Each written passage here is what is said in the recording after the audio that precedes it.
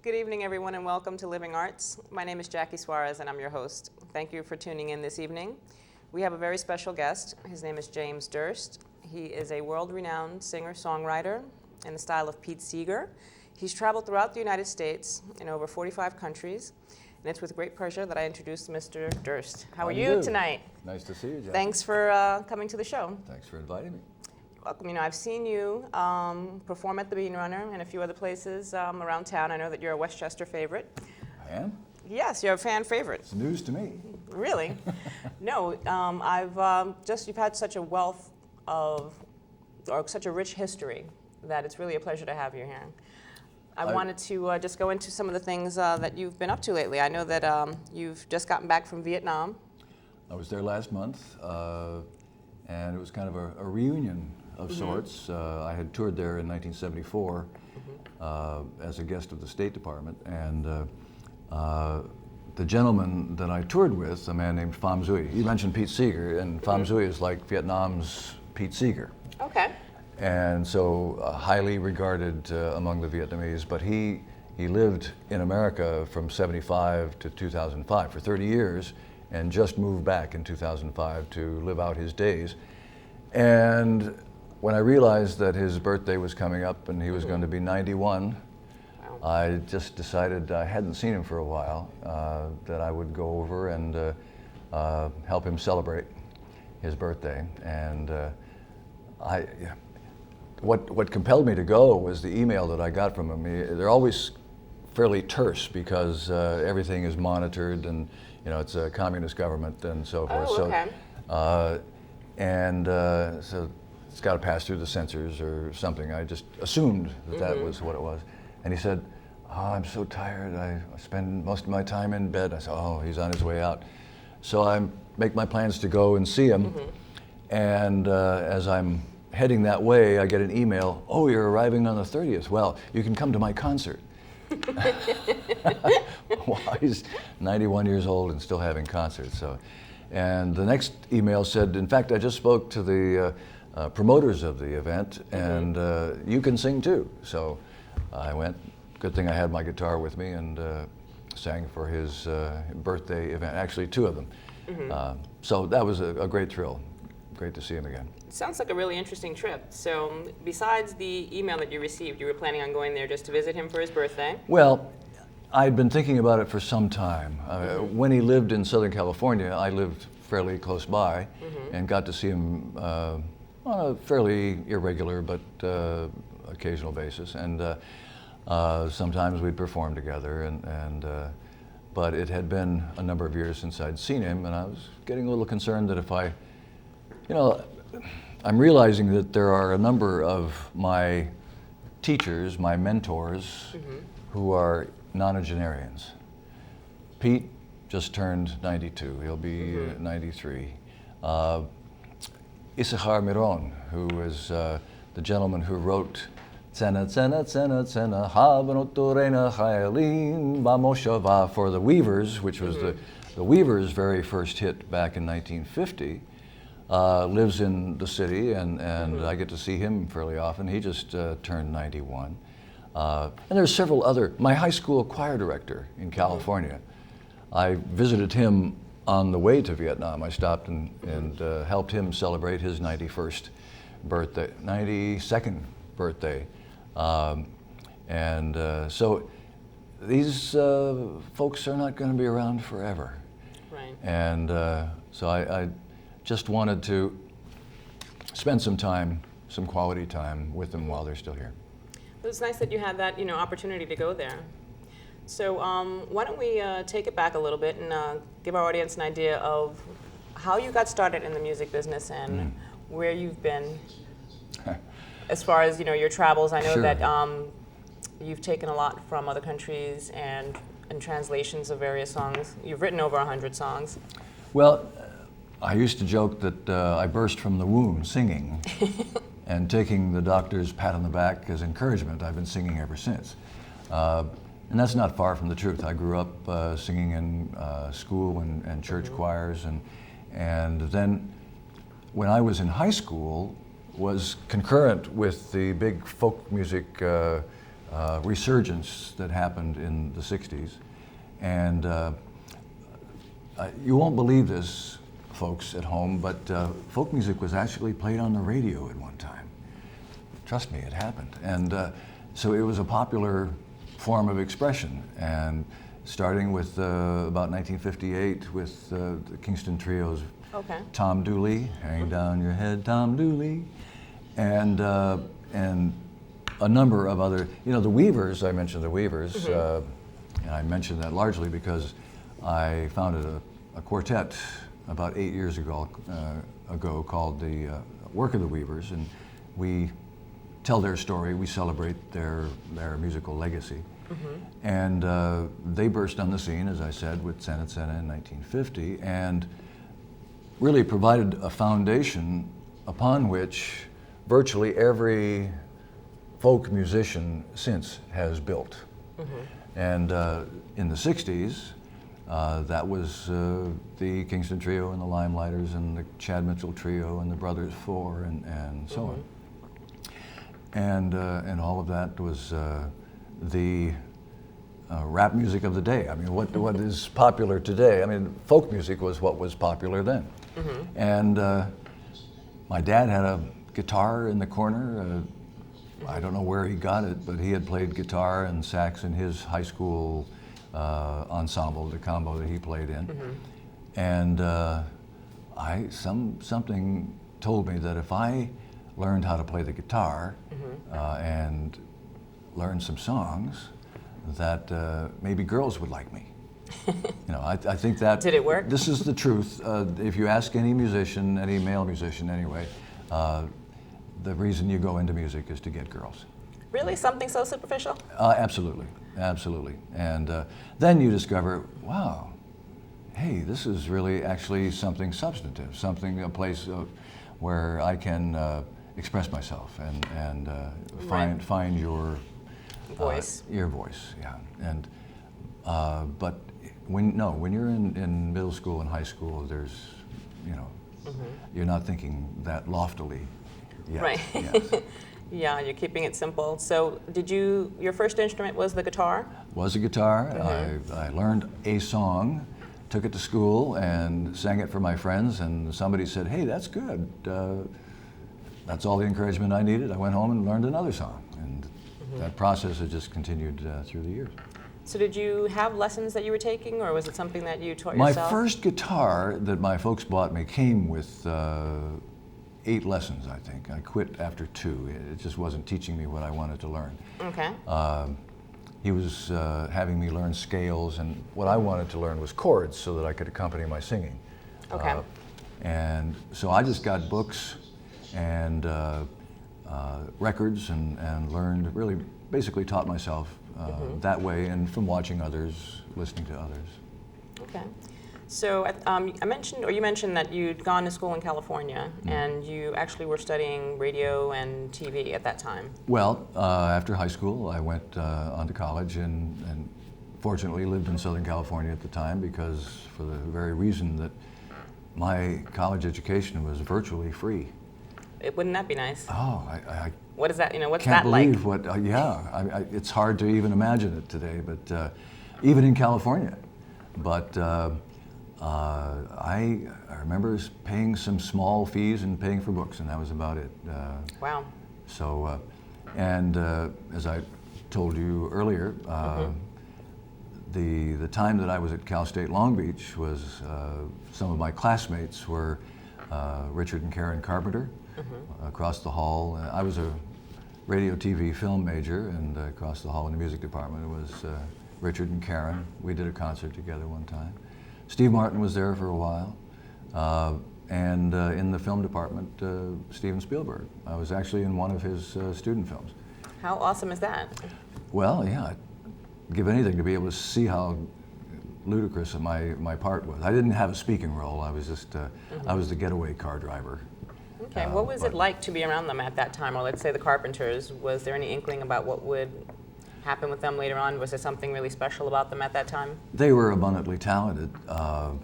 Richard was a wonderful jazz pianist, still is, I'm sure. And Karen had that wonderful, rich, warm alto that made us all melt. And I think at the time, because I was a folk singer, I was a little disappointed that they had gone off into popular music, you know. But now, with the benefit of hindsight, I can see how brilliant they actually were and what they've contributed to the general musical consciousness that we all share. So the film that you were mentioning, where you were the getaway driver, was that a student film? Yeah. Was Spielberg directing that film? Yeah, I think it probably was an audition film or something for him to show what he could do. I think his first movie was Jaws, if I'm not mistaken. So, Well, actually, I think it was Sugarland Express, or it was the one. No, the one with Dennis Weaver, where he Duel. Duel. Okay. Yeah, where I don't think I've seen that. It was where he is in conflict with a faceless truck, you know, on the highway, and that's one that you should get from your Netflix. Netflix? Yeah, Duel. Get Duel. that one, I'll yeah. have to remember that. I'll have to remember that. But when I went to see Jaws for the first time, I was dumbstruck at how wonderful a story it was. I sat through it twice. Yeah. And I've been amazed again and again at his acumen as a filmmaker. Absolutely. Yeah. Absolutely. Wonderful. So, what happened after you left California? Because obviously you migrated back to the east, or you came east. From California, where do you go? I actually, an opportunity came up in '70 after I graduated from university earlier in '69, and I decided to go to Europe and see a friend. And while I was there, an opportunity presented itself for me to have a tour, a musical tour. It all happened because I went with my friend to the America House in Germany, in Munich, and saw a concert of 3 American teachers who taught English at the American school there, singing a program of American folk songs. Really? And I'm thinking to myself, I could do this. And so I spoke to the director of the America House, which is, at the time, there was the U.S. Information Service, which was a separate entity, but it's since been absorbed into the State Department, so it's now under their auspices. But at the time, the director there said, yeah, let's, in fact, not only could you do a concert here, give us some time and we'll arrange a tour of America houses, well, of all of Germany anyway. All of these cities have an America House like that. And I said, perfect, because I have to go back and do some things in the States. I'll come back next year. So in '71, to make a long story short, I went back and toured Germany. In the meantime, this director had been transferred to Iceland, so my first stop and my first ever concerts outside of America were in Iceland. Iceland, Sweden, and Germany, and then I settled in Copenhagen and lived there, using that as my base for several years. Now, this America House, I had an opportunity to go backpacking through Europe before I did a semester in London. And is that anything like a youth hostel? No, it's usually like a library and a culture. It's not a place to stay. Okay. It's just a place where you can go and find out about American culture. Okay. American music, film, lecturers come there from the States and will present lectures and things like that. Okay, that must have been very interesting for you. It opened up a whole world. From that moment on, that tour led to a tour in '72 to Beirut and, no, I'm sorry, '72 was the Middle East, Yugoslavia, Cyprus, Lebanon, Greece, and Turkey. Okay. And then in '74 to Southeast Asia, 6 countries out there, one of which was Vietnam, and that was where it was somebody's idea to tour with Pham Duy, and Pham Duy being this icon of folk music in Vietnam, people would hear that Pham Duy is coming, and so they would come from all points, and a room this size would have, I don't know, 200-300 people in it.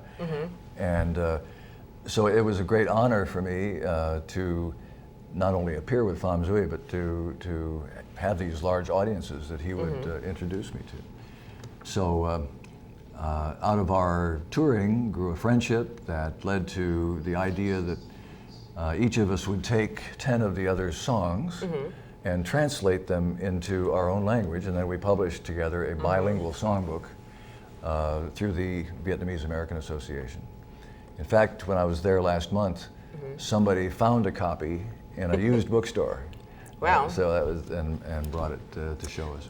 So, one of the things that we do here on Living Arts is, besides getting a little insight into the artists that we have, we love for people to perform. So we were hoping that we could get a couple of tunes out of you. I think so. So, basically what we're going to do is James is going to perform for us. Okay. He's going to be doing a song, the title song from his solo album. You can find James at www.jamesdurst.com. His website is very informative. There's a calendar of his performances in the area. And as I mentioned, he is a fan favorite here in Westchester, and you will not be disappointed. I highly recommend seeing him perform live, and you're going to have a little part of that right now. James, whenever you're ready. Thank you, Jackie. You're welcome. Well, despite what Jackie says, I can go down, walk down virtually any street in Westchester and go unrecognized and be untroubled by autograph seekers and paparazzi. So I expressed that in this next song.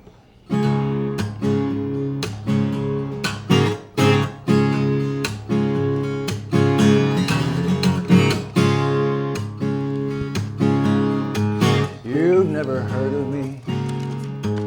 Where have you been? I've been round and round this world and back again.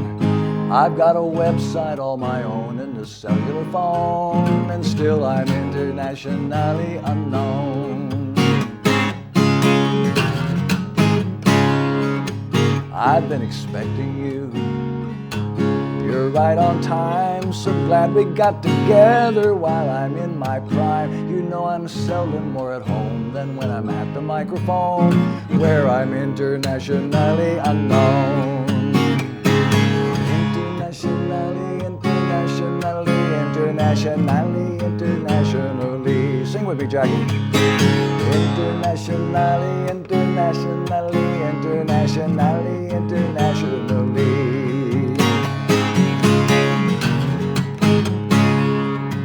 I've kept my profile low below the radar screen. I'm addicted to change and allergic to routine. There's no telling what I'll be when I'm fully grown, but now I'm internationally unknown. Been thinking globally and acting vocally. My songs, it's been my choice to render focally. I'm melody and words and rhythm to the bone, and still I'm internationally unknown. Everybody! Internationally, internationally, internationally, internationally. Can't hear you! Internationally, internationally, internationally, internationally.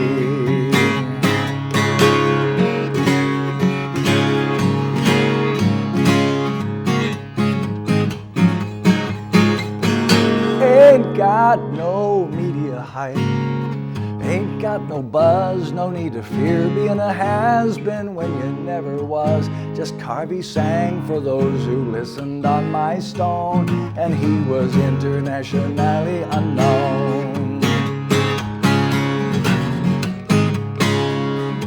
So you've never heard of me?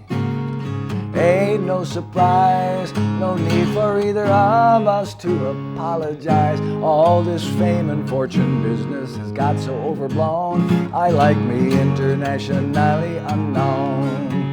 And you can venture out most anywhere without a chaperone when you're internationally unknown. 'Cause all the stalkers and the paparazzi leave you alone when you're internationally unknown. I've got recordings of my songs for your gramophone, and still I'm internationally unknown. Internationally, internationally, internationally, internationally. Internationally, internationally, internationally, internationally. Internationally, internationally, internationally, internationally, internationally, internationally, internationally unknown.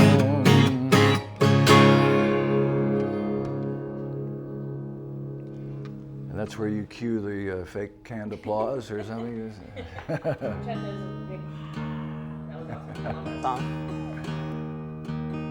Thank you. Well, we mentioned Pete Seeger, and he is, of course, well known to any of us here in this part of the world, in and around New York, of course. Just active this past week or so down at Occupy Wall Street. At the age of 92, still going strong. And so he's probably my major teacher.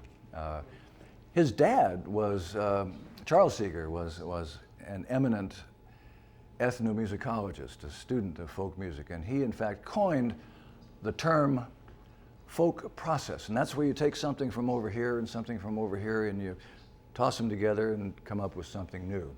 And here's an example of that. Taken an old gospel song and written some new verses to 12 Gates to the City.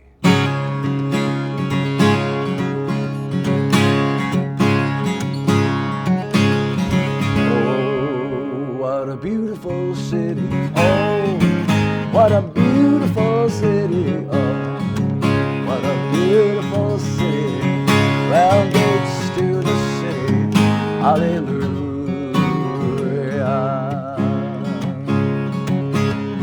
3 gates in the east and 3 gates in the west. 3 gates in the north and 3 gates in the south. There's 12 gates to the city.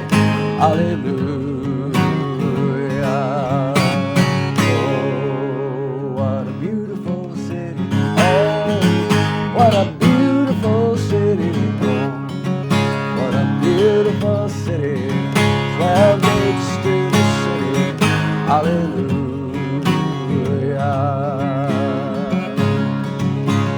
Our city of vision is alive with green, where the streets and the air and the water are clean, where living is creative and safe and fun, with sustenance and shelter for everyone. And there's 12 gates to the city. Hallelujah. Oh, what a beautiful city. Oh, what a beautiful city.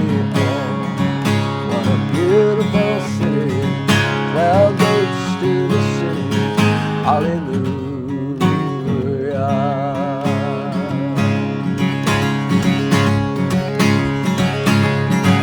Before the New World Order takes the earth by storm, we got to fill in our New World Order form. As human beings, we were born with choice, but to make a difference, we must use our voice. And there's 12 gates to the city. Hallelujah. Help me out. Oh, what a beautiful city. Oh, what a beautiful city. Oh, what a beautiful city. 12 gates to the city. Hallelujah. Just as we walk through the woods and praise the song of each bird in our habitat, choir, every voice shall be heard. And as we plant our vision in this fertile earth, it's here our garden of hope shall enjoy its birth. And there's 12 gates to the city. Hallelujah. Let me hear ya. Oh, what a beautiful city. Oh, what a beautiful city. Oh, what a beautiful city.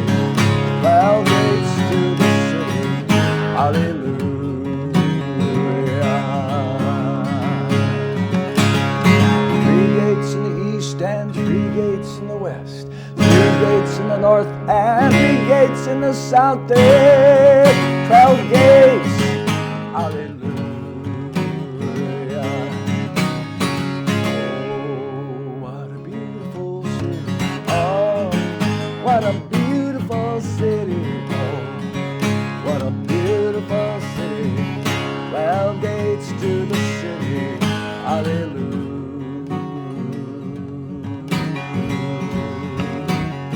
Yeah.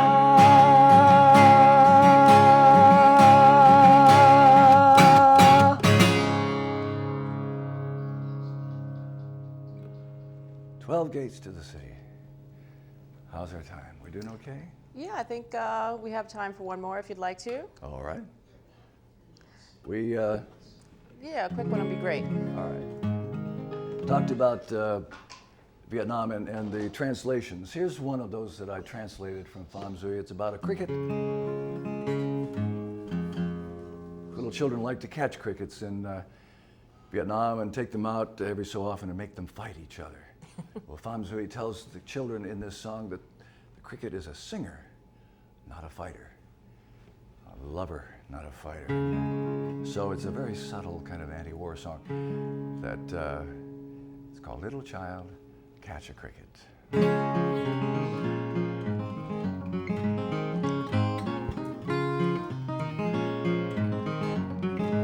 Oh, little child, cricket on a bamboo tree, catch him in your hand, bring him home to see. But don't you make him fight, let him sing his cricket song, for what has he done wrong? Oh, little child, cricket's got a home in a hole. Take him out and put him in a box to keep him from the cold. Don't let cricket get into a fight and break another's wing, for then he will not sing. Oh, little child, cricket's done no wrong. Oh, little child, don't take away his song. Oh, little child, cricket had a home in a field. Then there came the war, and cricket's fate was sealed. Now life in the city will never be as pretty as the one he left behind. He eats what he can find. Oh, little child, cricket's gonna take us to the dikes. We'll find some clay and mold it in a way to make a toy he likes. Then we'll make a hand or a leg for a man who lost his in the war, and make him whole once more. Oh, little child, cricket's just like man. Oh, little child, he's doing the best he can.